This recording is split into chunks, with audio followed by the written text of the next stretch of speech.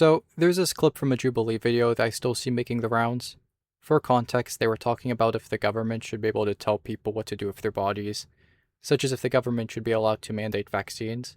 They get a little off track, but here's the clip. But why would you see my life as privileged, though? You don't know my life. I mean, I don't say that about you. Why would you see my life as privileged? I'm privileged. Okay, that's fine, but why would you see my life as privileged? For one, you're a man. You know, most people commit suicide are men. Most people who work in dangerous workplaces are men. Most people who fight in war are men. And who set that system up? Men. I've seen people treat this as a great comeback, which it kind of was. The idea being men have held institutional power throughout most of history, and so they have the largest hand in how society turned out, or at least a larger share than women. And so to complain about how society sucks for your kind when your people have designed society is seen as hypocritical. But it never sat quite right with me. The young boy in that Jubilee video was never defending patriarchy or gender roles or anything of the sorts. He just says that being a man is not necessarily a privilege, bringing up the higher male suicide rate as an example. In fact, it's not just suicide. Men die deaths of despair far higher than women. Men are more than 3 times more likely as women to die from alcohol abuse, and 2 to 3 times more likely to die from drug overdose. But the woman in this video effectively just blames him for men's higher mortality from deaths of despair. She sees him as complicit irresponsible in designing and upholding the patriarchy, purely because he is a man. I'm not sure why or where it comes from, but if I had to guess, I would assume it is from some derivative of Marxism, since the Marxists tend to divide the world into 2 groups of people, oppressor and oppressed. They do it with class, with owners and workers. They do it with imperialism, with the imperial power and her subjects. And they do it with the patriarchy, with men who control and design gender roles, and the women who must submit to them. However, this is a gross over-exaggeration. You can't just group all men together into one category like this, since no living man or woman created the patriarchy. It is something everyone has inherited.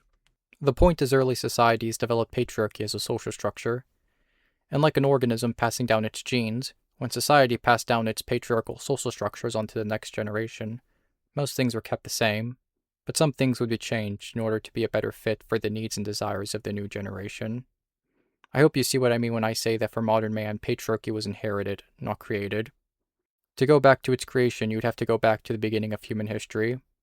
And given that most societies developed patriarchal, and have retained this for millennia, I think leftists need to realize a truth. Women generally supported the patriarchal social structures. If you went back in time and asked women what they thought about women's positions in society, prior to the 60s, most would say they supported it. Most people are conservative by default. Society works well for them, and that is how it's always worked, and so they see no good reason to upend things. I thought this video was an interesting example. Would you tell me, please, who is the boss of your house? I'm the boss. What do you think? You're his wife, are you?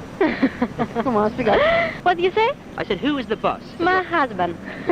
What is your nationality? Greek. I'm Greek. Is it always that way in Greek households? The husband is the boss? Yes. Don't the women, the wives, have anything to say about it? No. I would like to know who's the boss of your house, if indeed you are married. I am the boss of the house because I'm a widow. Who's the head of your house? I am. Are you married? Yes. You have a husband? Yes. Would he say the same thing? Yes. Who is the head of your house? Well, I think I am. You work harder than anybody else in the house at the moment, perhaps. That makes you the head of the house. That is true. That is true. Just at this moment, but I wouldn't say I work hard like that all the time, though. I think my wife does her share. And who makes the big decisions? Oh, I think she does. I see. She does. Who do you think is the boss of your house? Daddy.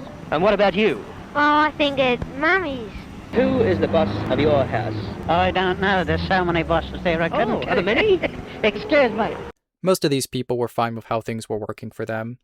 In fact, many refused to admit the husband was the boss of the house, which really goes to show that the narrative that people today have, that everyone in the 50s lived in households where the husband controlled everything and the wife had no power, was really just conservative propaganda that ended up bleeding into our recollection of history. Anyways, even outside the old days, men and women today still have similar views about feminism and the role of men and women in society. Sure, women do tend to be more feminist, and men less so, but that is reasonable as most people tend to rationalize belief sets that benefit them. But I think one of the most damning examples is Afghanistan. Back during the early 2010s, when there was still some semblance of freedom in Afghanistan, they did a poll and found that 92% of Afghan women supported wife beating. Really let that sink in. 92% of women support wife beating for one reason or another. In case I didn't make it clear, The point of all this was to show that patriarchy was not something men imposed on women, the same way Jim Crow was imposed on blacks in America or apartheid in South Africa.